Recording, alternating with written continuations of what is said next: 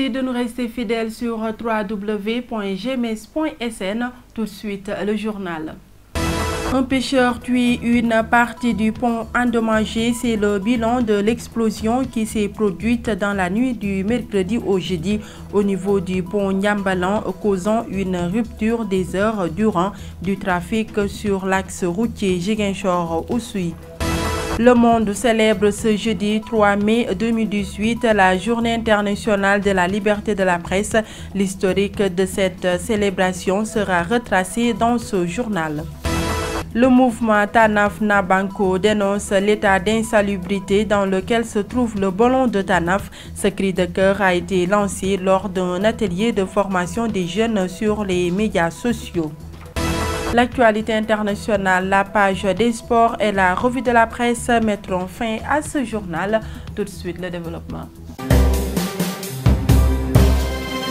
Bienvenue à tous. Des hommes armés ont tenté de faire sauter le pont Niambalan hier nuit. L'explosion a coûté la vie à un homme et a endommagé une partie de la surface du pont, nous dit Mahamadou Salif Ndiaye. Des bandes armées ont fait irruption hier nuit au pont Niambalan. Les assaillants ont dépouillé les pêcheurs de tous leurs biens avant de saccager et de brûler leurs cabanes. Les malfaiteurs ont également posé un explosif pour faire sauter le pont. La forte déflagration de l'explosion a coûté la vie à un pêcheur qui s'abritait sous le pont et occasionnant du coup l'endommagement d'une surface de cette infrastructure. Un témoin qui était présent au moment des faits nous retrace le film. Hier aux environs de 23h, entre 23h et 2h du matin, il y avait l'apparition de gars de la bourse de la forêt. Ils sont venus chercher leur ravitaillement. Ils sont arrivés au moment où tout le monde était au lit. Ils ont réveillé tout le monde. Après, ils ont commencé à encaisser l'argent. Ils ont dû prendre 900 000, c'est à la boutique là-bas. 150 000, c'est 180 000, c'est l'autre boutiquier. 35 000 francs, c'est un pêcheur ici, là, voilà. Et 15 000 francs, c'est une banana. À la suite de leur forfait, avant de se retirer, ils ont mis une bombe sous le pont, ce qui a fait beaucoup de dégâts, jusqu'à tuer Djibril Sagna. En partant, ils ont préféré brûler les cases avant de repartir. Cette attaque du pont Niambalan a occasionné une perturbation du trafic pendant plusieurs heures sur la route d'Oussouye. Finalement, la circulation routière a repris vers les coups de 10 heures à sens unique à cause de la surface du pont endommagée. La Journée mondiale de la liberté de la presse est célébrée ce jeudi 3 mai 2018. Celle-ci permet de revisiter les principes fondamentaux de la liberté de la presse, de défendre l'indépendance des médias et de rendre hommage aux journalistes qui ont perdu la vie dans l'exercice de leur profession. C'est un récit de Eva Sagna. Tous les ans, la Journée mondiale de la liberté de la presse permet de célébrer les principes fondamentaux de la liberté de la presse, d'évaluer la liberté de presse à travers le monde, de défendre l'indépendance des médias et de rendre hommage aux journalistes qui ont perdu la vie dans l'exercice de leurs fonctions. Le 3 mai a été proclamé Journée mondiale de la liberté de la presse par l'Assemblée générale des Nations unies en 1993, suivant la recommandation adoptée lors de la 26e session de la Conférence générale de l'UNESCO en 1991. Ce fut également une réponse à l'appel des journalistes africains qui, en 1991, ont proclamé la déclaration de Windhoek sur le pluralisme de l'indépendance des médias. La journée permet d'informer les citoyens sur les atteintes portées à la liberté de la presse. Dans des dizaines de pays à travers le monde, des publications sont censurées, condamnées, suspendues ou tout simplement n'ont plus le droit de paraître, alors que des journalistes, des rédacteurs en chef, des éditeurs sont harcelés, attaqués, défendus ou même tués. À la faveur de cette date, nous pouvons encore développer des initiatives en faveur de la liberté de la presse, mais également évaluer l'état de la liberté de la presse à travers le monde. La date du 3 mai sert aussi de rappel au gouvernement sur la nécessité de respecter leurs engagements en faveur de la liberté de la presse, de moments de réflexion pour les médias professionnels sur les questions relatives à la liberté de la presse et à la déontologie. Tout aussi important, la Journée mondiale de la liberté de la presse est un jour de soutien aux médias qui sont des cibles pour la restriction ou l'abolition de la liberté de la presse. C'est également une journée de souvenirs pour les journalistes qui ont perdu leur vie dans l'exercice de leur profession. Le président du CORED se prononce sur la liberté de la presse au Sénégal. Selon Bakary Domingo Mané, la presse sénégalaise travaille en toute liberté, mais le nouveau code de la presse voté en juin 2017 doit être réexaminé. Bakary Domingo Mané est joint par Eva Sagna. Le Sénégal est en avance par rapport au pays de la solution. Nous sommes vraiment en avance par rapport à ce point. Maintenant, il faut dire une chose, que le code de la presse nous réussit et a des dispositions ne pas liberticides lorsqu'on introduit dans le texte la notion de secret défense, lorsqu'on nous dit que l'autorité administrative peut arrêter des programmes ou bien fermer l'espace de radio en cas de danger imminent. Nous pensons que quelque part cela va entraver la liberté de presse, n'est pas dans ce pays. C'est pourquoi donc nous, on a dit, dans tous les cas, puisque les députés ne voulaient pas voter le texte parce que simplement il y avait une disposition relative à la dépénalisation, nous avons dit, de toute façon, prenez vos responsabilités, c'est pas nous qui allons sortir de cette disposition de du texte. Donc ils ont sorti, quand ils ont sorti cette disposition, dans ce moment-là, jusqu'à qu'ils ont voté. Mais malheureusement, encore, notre entrave n'est pas à la liberté de la presse, c'est que nous avons maintenu les fonctions pécuniaires qui vont de 500 000 à 1 million. Vous savez, la fragilité économique de nos organes de presse. Donc, l'un dans l'autre, nous avons averti et nous disons que, évidemment, le texte a été voté, mais le combat continue jusqu'à ce que le gouvernement revienne sur ces dispositions, n'est-ce pas, liberticides. Aujourd'hui, donc, au moment où je vous parle, nous sommes en train vraiment d'organiser en panel la coordination des associations de presse du Sénégal. C'est-à-dire que tout ce que le Sénégal regorge ces associations, disons, vraiment importantes, se sont retrouvés tous vraiment dans un cadre qu'on appelle la CAP. La cérémonie d'ouverture va être présidée par le ministre Ablaye Bibi Baldé. Nous parlerons du code, du démembrement du droit de presse. Qu'est-ce que le code apporte en termes d'avancée? Mais qu'est-ce que le code aussi sur le plan du droit de la formation des journalistes? Nous allons interroger ce code-là et puis voir un peu dans quelle mesure, évidemment, les acteurs du secteur peuvent faire des propositions de manière à améliorer le contenu et du moins le curriculum, n'est-ce pas, de formation des journalistes. Nous allons aussi parler, si vous voulez aussi, des conditions de travail des journalistes à travers, disons, la convention collective des journalistes. Donc, si vous voulez, on va discuter à l'occasion vraiment de ce panel les différents points qui ne pas dans le code. C'est une préoccupation. Les journalistes, c'est celui qui est sorti de l'école de formation qui est dûment reconnu par l'État. Et la reconnaissance de l'école par l'État suppose qu'il y a un certain nombre d'enseignements, n'est-ce pas, qu'un journaliste, que quelqu'un qui prétend être journaliste devait pouvoir vraiment... L'université Assane Seck de Ziguinchor à travers Casamansoun 2018 organise du 2 au 5 mai 2018 une table ronde. Le thème de cette 6e édition porte sur les énergies renouvelables et développement dans le contexte local. C'est un reportage signé Sissa Okoli. Les énergies renouvelables et développement dans le contexte local est le thème de la 6e édition de la table ronde qu'organise l'université Assane Seck de Ziguinchor à travers Casamansoun 2018. Le président à l'organisation de Casamansoun 2018 revient sur les motivations de l'initiative. Le choix, il est judicieux, il est basé sur plusieurs aspects.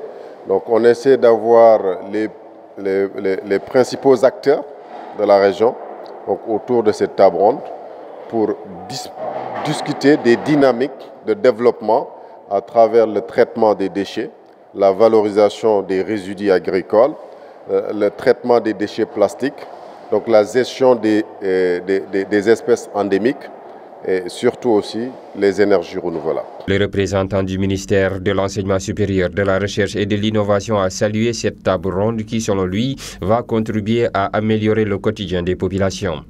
Parler d'énergie renouvelable et de développement local, c'est également être dans la problématique de la territorialisation des politiques publiques. C'est un autre volet important de l'action publique actuellement.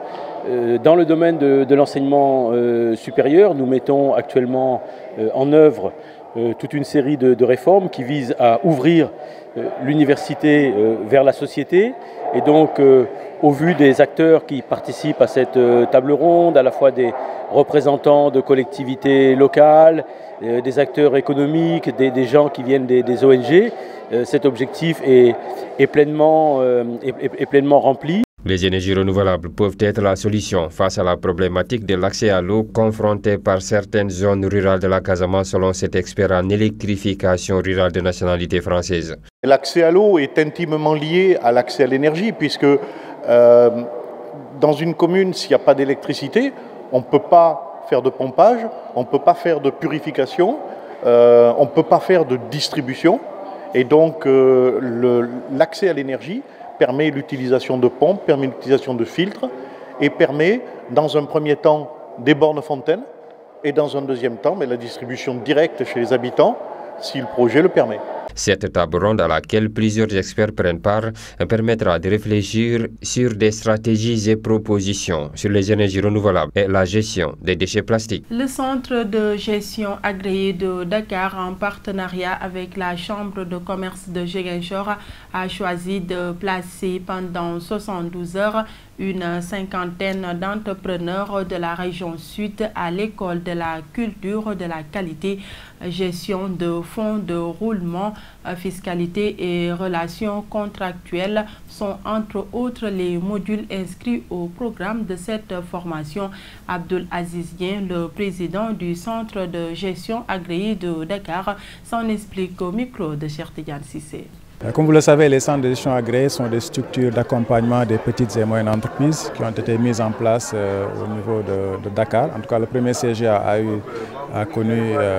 né à Dakar en 1998. Donc nous avions pour mission un peu d'apporter une assistance technique en gestion aux petites et moyennes entreprises. Vous savez, comme la plupart des entreprises de notre pays, 97% sont dans l'informel. C'est des structures donc, qui n'ont pas un accompagnement technique en matière de gestion, qui peut expliquer d'ailleurs le pourquoi la plupart d'entre elles ont des problèmes de trésorerie, des difficultés liées à la gestion, parce qu'elles n'ont pas l'accompagnement qu'il faut pour cela. Alors on a choisi Ziguinchor, entre autres, parce que c'est une région dynamique. On a constaté que les opérateurs économiques en veulent vraiment avancer. Et ils ont donc besoin de soutien de structures comme le centre de gestion agréé. Et nous avons besoin aussi d'avoir des chefs d'entreprise qui ont la capacité en gestion. C'est pour ça que nous avons jugé nécessaire de démarrer par des formations avec 3 modules transversaux qui intéressent tout chef d'entreprise sur comment lire et interpréter des états financiers. Parce que beaucoup de gens se plaignent sur la fiscalité. Mais là aussi, nous avons remarqué, pour la plupart, c'est parce qu'ils ne connaissent pas les obligations fiscales. Et c'est important pour un chef d'entreprise également de maîtriser la chose fiscale pour savoir tout simplement où est-ce qu'il faut mettre ses pieds, comment faire pour respecter ses obligations fiscales, parce que c'est un devoir également pour tout contribuable, tout citoyen, de s'acquitter de ses impôts. Et ce sera l'occasion également aux opérateurs économiques de Ziguinchor de discuter avec cet inspecteur des impôts-là, celui de Ziguinchor, d'échanger un peu. Et lui, c'est l'occasion également de faire une sensibilisation auprès de la population, de se faire connaître, de rappeler aux gens leurs obligations. Et je pense qu'au sortir de ces séminaires-là, ils seront suffisamment outillés pour pouvoir diriger leur entreprise, bien évidemment accompagnés des professionnels comme les centres de gestion agréés. L'Institut Panos Afrique de l'Ouest a ouvert à CEFA un atelier de formation des jeunes sur les médias sociaux et la production de vidéos citoyennes sur l'environnement. Cette session entre dans le cadre de la mise en œuvre de son programme Médias citoyens pour une gouvernance environnementale et participative au Sénégal. Khadim Mboup, chargé de projet gouvernance à Panos, revient sur les modules dispensés au micro de Lamine Diop.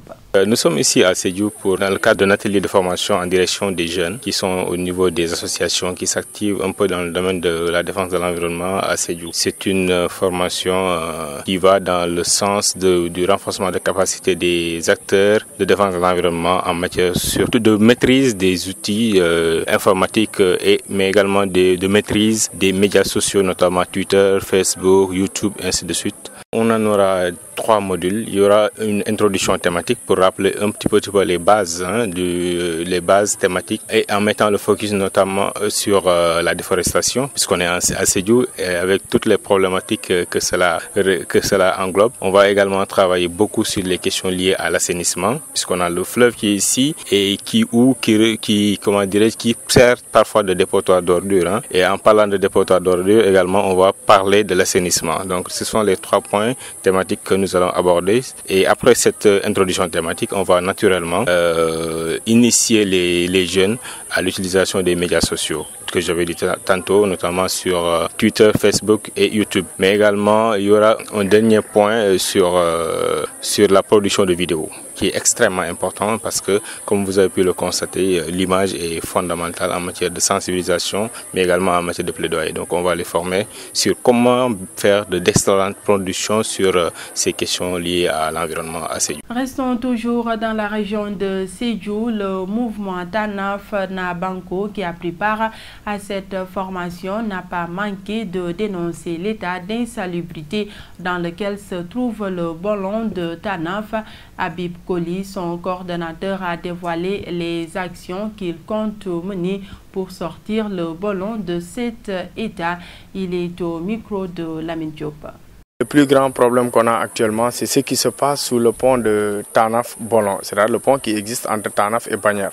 Le constat qui est fait, c'est que l'eau est polluée. Pourquoi l'eau est polluée? Parce qu'il y a la population qui jette des couches de bébés là-bas, il y a la population qui jette les cheveux provenant des salons. Donc c'est les coiffeurs qui sont les causes principales, les acteurs principaux de ce phénomène. Donc nous avons aussi les habits. En principe, dans la tradition, on nous dit que si quelqu'un est décédé, il faut prendre ses habits et les jeter à la mer. On retrouve beaucoup d'habits au fleuve, sous le pont. Nous avons aussi les pneus. On a beaucoup de pneus au niveau de la vallée de Tanaf-Bolon. Et on s'est dit que c'est pas normal. Il faut alerter l'opinion publique, alerter les autorités pour leur dire qu'il faut qu'elles apportent leur soutien. Bon, en fait, Panos a proposé plusieurs solutions. Il faut d'abord passer par la sensibilisation,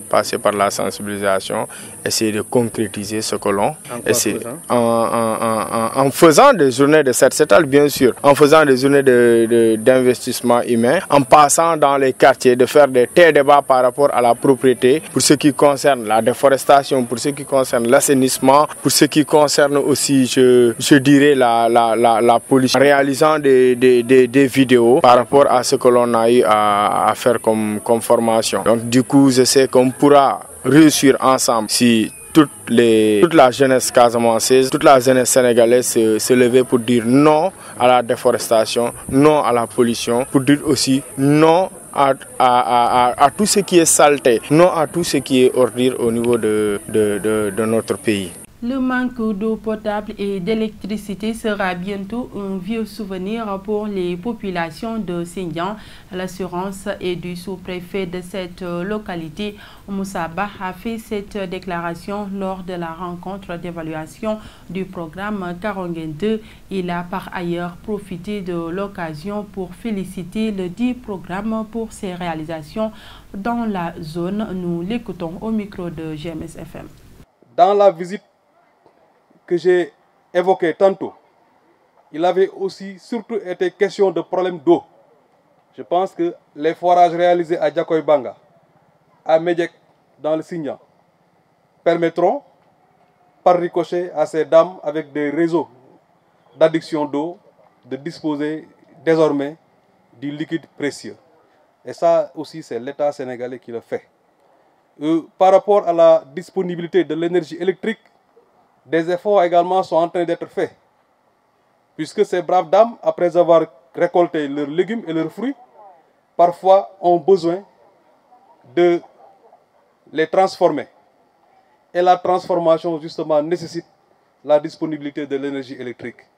Je voudrais vous rassurer sur ce plan-là, pour vous dire également que l'État sénégalais que je représente ici est en train de dérouler un important programme visant à ce que tous les villages aient accès à l'énergie électrique. Et ça va renforcer également les méthodes d'action de ces braves dames-là. Donc l'un dans l'autre, Karongen est aux côtés de l'État, mais l'État sénégalais également crée les conditions pour que des programmes similaires puissent véritablement se déployer facilement. Place maintenant à la rubrique culture présentée par Maïmounaba.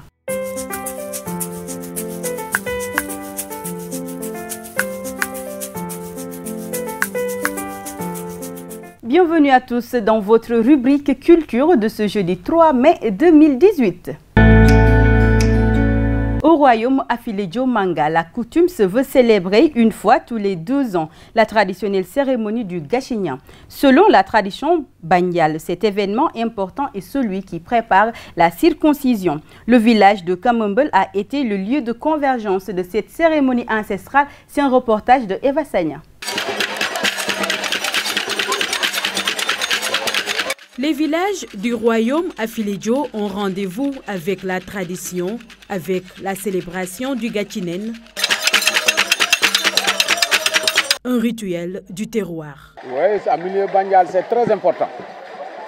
C'est très important parce que nous, toutefois que tu n'es pas initié sur ça, même la circoncision, même Bodougué, tu es toujours considéré comme rien.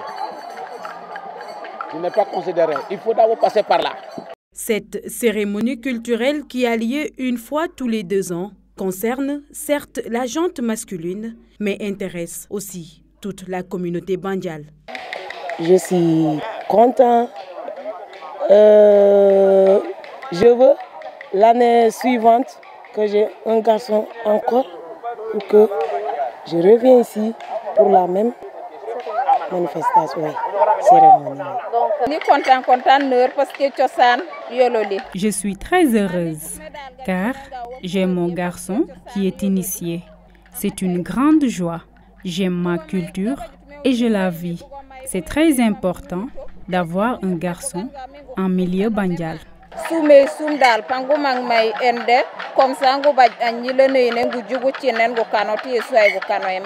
Gatinen est aussi une occasion de découverte de mets, de danse, d'accoutrements et de chansons tirées du riche patrimoine culturel du royaume Afiledjo.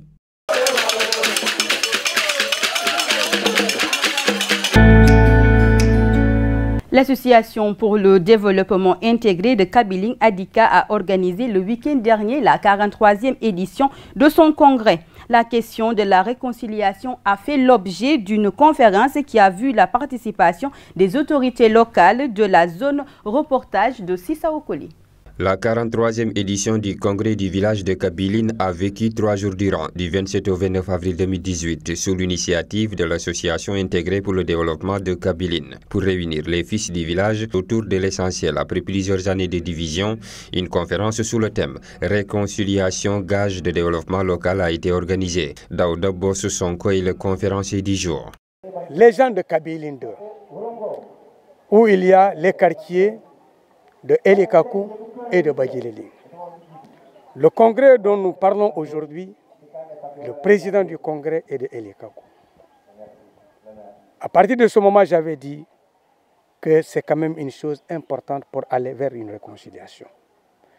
Raison pour laquelle j'avais attiré l'attention des gens pour leur dire que ce n'est pas un problème de quartier, mais c'est un problème d'individu. L'adjoint au maire de la commune de Djingaki, qui a pris part à la conférence, n'a pas manqué de saisir l'occasion pour montrer la voie de la réconciliation à la jeunesse du village. Bekay Djedjou, adjoint au maire de Djingaki. J'ai lancé un appel à la jeunesse de Kabiling. Que le congrès, oui, permet aux gens de se rencontrer, de discuter sur des questions de développement. Mais les journées culturelles n'en feront pas moins. au lieu de se focaliser sur le terme congrès, autant créer une autre entité qui va prendre en charge l'ensemble de toutes les couches sociales de Kabylie et qui va gérer ce qu'on peut appeler des journées culturelles de Kabylie. Et Kabylie va se retrouver dans son entité et décider sur des questions de développement et nous aider à orienter les projets du développement de Kabylie. Consciente des conséquences négatives que peuvent engendrer cette division, l'union des deux parties en conflit reste la seule préoccupation de l'Association pour le développement intégré de Kabylie. Ainsi, les habitants gardent espoir sur ce nouvel appel à la réconciliation, tout en espérant qu'il ne tombera pas dans l'oreille d'un sourd.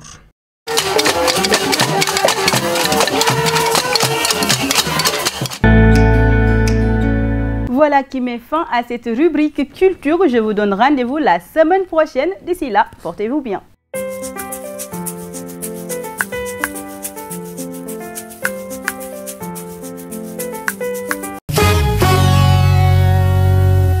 L'actualité internationale de ce jeudi 3 mai 2018 nous mène en RDC, au Rwanda et à Londres.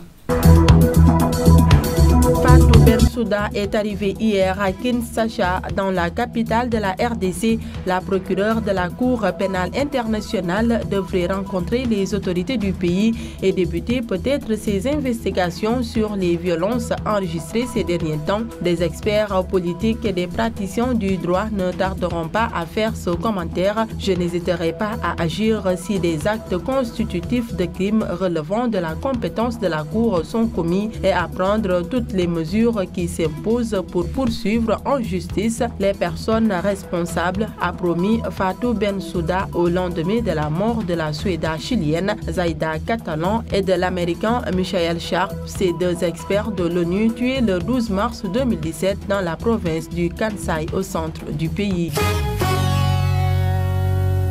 Le procès en appel de deux anciens maires rwandais condamnés en 2016 pour leur implication au génocide de Tutsi dans leur village de Kabarondo en avril 1994 a débuté mercredi devant les assises de Paris. Octavian Ngenzi, 60 ans, et Tito Barahira, 67 ans, qui ont toujours nié leur implication dans les massacres, ont déjà été condamnés à la prison à vie. Ils sont jugés coupables de crimes contre l'humanité et génocide pour une pratique massive et systématique d'exécution sommaire en application d'un plan concerté tendant à la destruction du groupe ethnique Tutsi. La défense dénonce un procès politique. La page des sports, c'est l'affaire de Mahfouz Kouyaté. L'équipe de la Sonacos de Diourbel a battu celle de Guédiawaye FC Pro par 2-1 ce mercredi à Kaolack, en match avancé de la 24e journée de Ligue 1. Avec ce succès, l'équipe de Diourbel, 41 points, a ainsi réduit l'écart qui les séparait du leader, le Jaraaf de Dakar, 44 points. La 24e journée de Ligue 1 se poursuivra ce jeudi avec les matchs Union Sportive de Ouakam contre Niatali, AS Douanes Diambar, Ndiambour contre Jaraaf, Casa Sport contre Stade de Mbour et Mbour Petite Côte contre Teungueth FC. Le match Dakar Sacré-Cœur Génération Foot a été remis à une date ultérieure.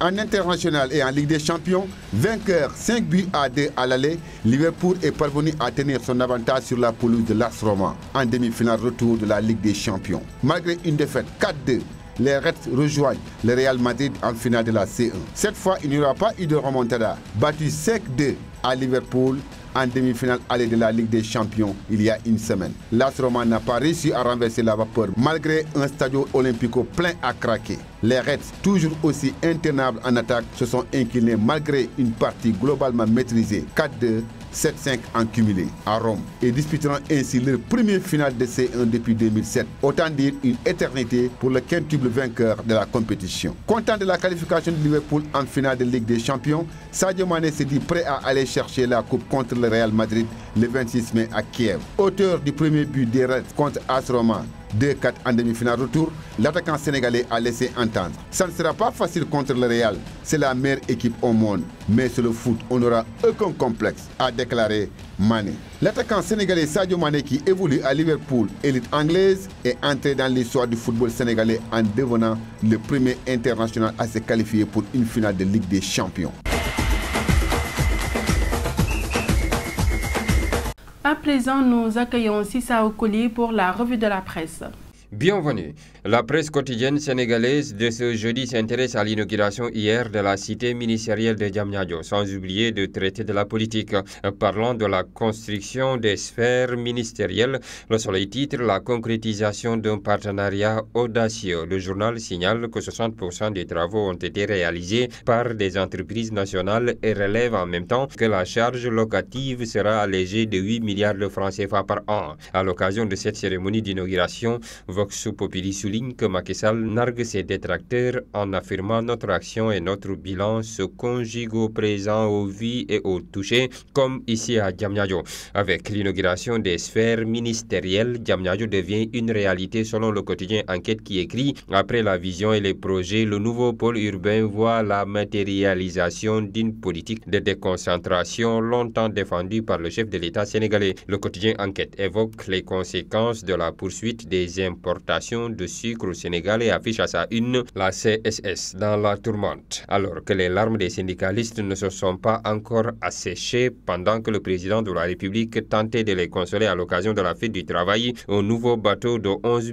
300 tonnes de sucre accosté au port de Dakar, plongeant ainsi les travailleurs de la compagnie sucrière sénégalaise dans une peur bleue, écrit le journal. En politique, le député de l'opposition Moustapha Guirassy déclare dans le quotidien LAS que les Sénégalais sont tellement fatigués qu'on aurait pu différer la tenue de ce conseil des ministres à Diamniadio. Ce n'est pas du tout un symbole d'émergence. Cela n'a aucun impact sur la vie des citoyens, au contraire. En sport, Stade note sur sa page de titre C1. Finale à Kiev le 26 mai, Sadio Mané au rendez-vous des étoiles. Real Madrid-Liverpool, le remake de 1981. Note toujours le journal Stade. En lutte avec Frappe Sunu Lamb, note combat revanche contre Balla Gaye 2, un cachet de 110 millions attend modulo. Bonne lecture.